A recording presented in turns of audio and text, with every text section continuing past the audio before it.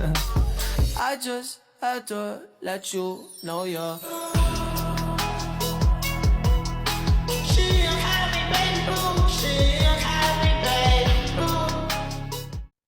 Baik, sebelumnya Assalamualaikum warahmatullahi wabarakatuh.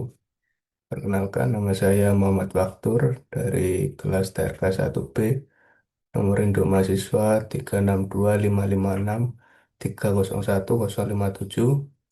Saya dari tim 13 bersama Naswa Naisila Putri.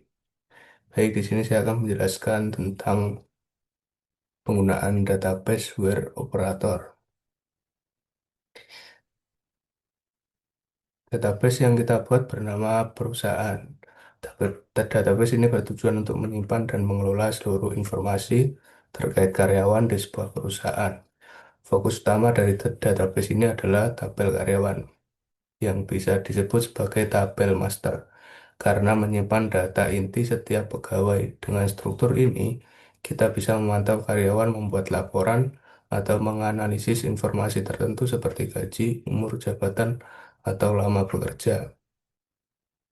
Tabel karyawan. Tabel ini dirancang untuk menyimpan detail setiap karyawan. Struktur tabelnya cukup sederhana, tapi sudah mencakup semua atribut dasar yang diperlukan dalam manajemen sumber daya manusia. Berikut penjelasan setiap kolom. ID kolom ini bertipe INT menggunakan auto increment. Artinya setiap kali kita mendapatkan karyawan baru, sistem otomatis memberikan nomor unik berikutnya. Kolom ini juga dijadikan primary key, sehingga setiap karyawan bisa diidentifikasikan secara unik. Fungsi utama dari kolom ini adalah untuk menjaga integritas data dan memudahkan pengelolaan data relasional jika nanti tabel ini dikaitkan dengan tabel lain. Kemudian nama. Tipe datanya varchar 50.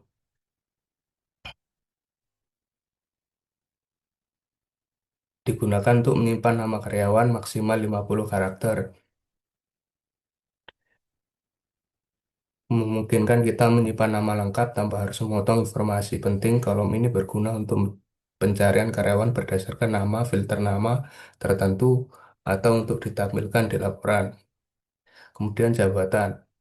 Tipe varchar 50 juga berfungsi untuk menyimpan posisi atau peran karyawan dalam perusahaan, seperti manajer, staf, HR, atau intern.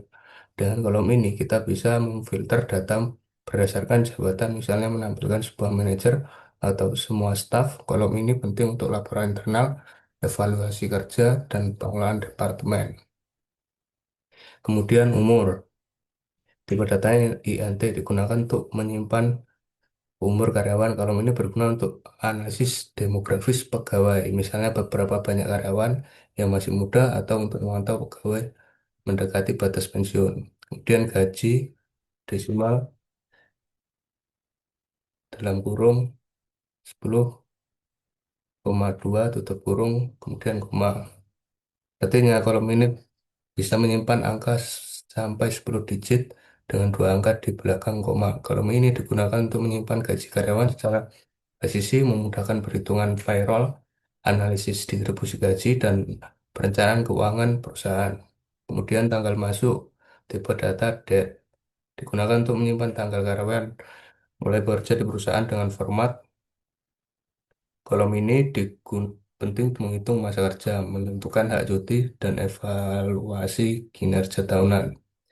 Contoh data untuk memberikan gambaran lebih nyata, beberapa data yang ada di tabel karyawan adalah Andi manajer, 35 tahun, gaji 12, 12, 12 nolnya ada 5, kemudian mulai bekerja 18 Januari 2022. Budi, staff, 28 tahun, gaji sekian, mulai bekerja 10 Maret 2023. Citra, HR, 30 tahun, gaji sekian, mulai bekerja 1 Juli 2021. Kemudian Dewi, intern,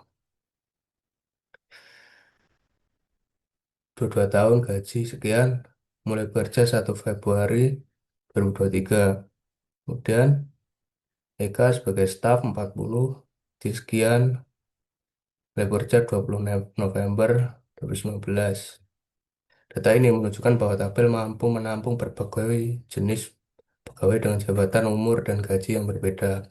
Fungsionalitas dan kegunaan database. Dengan struktur ini, kita bisa melakukan berbagai operasi data penting untuk HR seperti filter karyawan berdasarkan umur, misalnya menampilkan semua karyawan yang berumur berkurang kurang dari 40 tahun, filter berdasarkan gaji, seperti menampilkan semua karyawan dan gaji antara 5.000 hingga 10.000, 10.000, filter berdasarkan jabatan, misalnya semua manajer, HR atau staff, filter berdasarkan tanggal masuk, misalnya menampilkan karyawan yang mulai bekerja tahun tertentu, pencarian nama karyawan, misalnya nama yang diawali huruf tertentu atau mengandung huruf tertentu.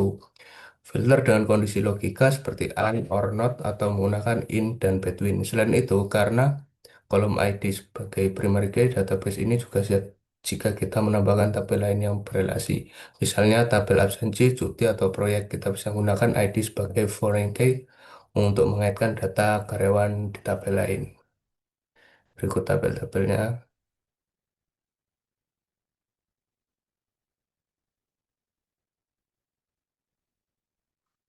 Ini tabel-tabelnya.